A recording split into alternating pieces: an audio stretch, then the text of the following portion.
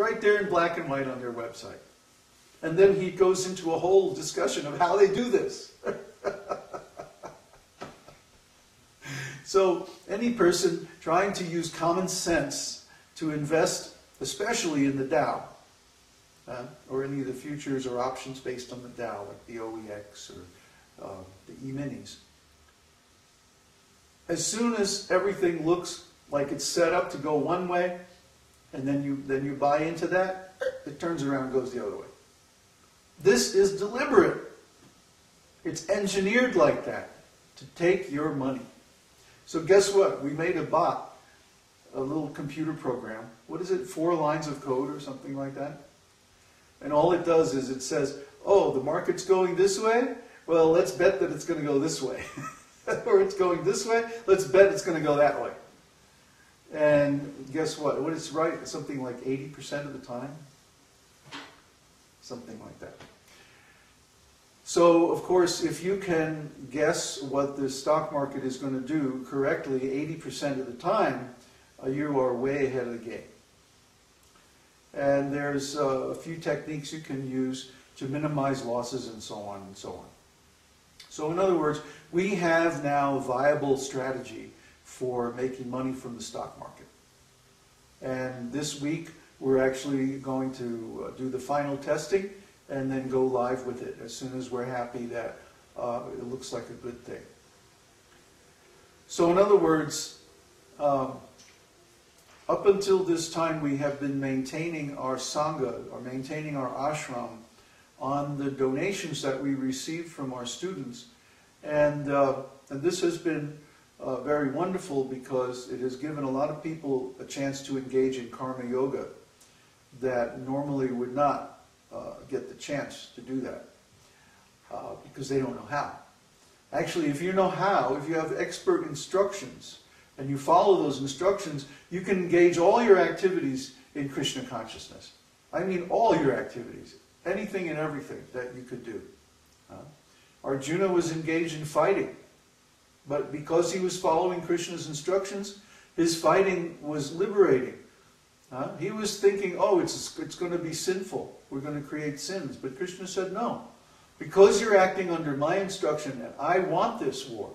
I want this fighting. Therefore, Krishna's activities, Arjuna's activities were all perfectly spiritual. And there was no karma, no sinful reaction. In fact, Krishna said right at the end to Arjuna, that just surrender to me. And I will nullify all your sinful reaction. Give up all these concepts of religion, of morality, of right and wrong, of family, of material existence, and just follow my instructions. And what does Krishna say to do? Man mana bhava mad bhakto, madhyaji mam namaskuru. Always think of me. Become my devotee. Offer your obeisances unto me. Chant my holy name. Think of me always. And you will certainly come to me. In other words, you will come to the spiritual world and you will be with Krishna in the spiritual world eternally. So this is what we want. This is what Krishna wants. And this is what we're trying to get people to do. So our idea is, we invest in the stock market, we make some money, we buy some land here in Chile, we fix it up. Maybe we even find a place that already has, some buildings or houses on it or whatever. And then we invite teachers to come and give these sustainable agriculture workshops. We promote the workshops on websites all over the world. We get people to come and visit for some nominal fees. We won't really need the money, but we'll charge something so that people will value our offerings, and so that it, basically breaks even or something. And then we'll have people come as our guests. They'll get delicious vegetarian food, prasadam, cooked by devotees, offered to Krishna, raised right there on the farm. Right? Maybe we'll hire some local people to work on the farm and get things going. And then as these seminar participants come, they'll also work on the farm to get experience. And if they like staying with us, then they can stay and become devotees. They can enter our varṇāśrama college. Actually, the farm thing and the self-sufficiency and all that is part of the varṇāśrama college, but it also has a higher curriculum of spiritual knowledge that they can stay and they can take that too. So that way they'll be exposed to the devotee lifestyle, not the artificial, temporary temple religion in the city, but the real devotee lifestyle out on the land. And maybe we'll keep this house in Santiago and use it as a halfway house for people who come to visit or something like that. But then we'll have our farm, and we'll have people coming out there and visiting, taking courses. And that'll be the real ashram. That'll be the real monastery, the real community. So this is what Prabhupada wanted. He wanted temples in the city and farm communities in the country. He wanted the preaching and fundraising to go on from the city temples, and he wanted the actual devotee training and the community life to go on in the country. We just lived in the country for like 6 months, and it was really wonderful. We really miss it. We want to get back out in the country as soon as possible. But somehow Krishna has brought us here to Santiago, and we feel much better about doing a project here in Chile than we did when we were in Mexico. We had this feeling that Mexico was not so stable, that it was going to get caught up in the turmoil caused by the U.S. And we see already signs of this, that there is this war between the Mexican government and the drug dealers. And it threatens to destabilize the whole country. And I think at some point it's going to catch up the whole country in some kind of chaotic situation. So luckily we were in an area that didn't have much drug traffic or illegal stuff going on. But still, you know, when a country gets into trouble like that, it affects everything. And we just didn't feel comfortable staying there. Chile is much more stable, much more law-abiding country. In Mexico, everybody has some scam. You know, everybody has some funny business going on the side. There's a lot of cheating, a lot of corruption. But here in Chile, the police, the military, the government are well known as being incorruptible. So the morality is much higher. The law enforcement is very strong. Just like last night, this is some rascal teenagers who were throwing stones at a neighbor's house. They had some fight or something, I don't know what the story is.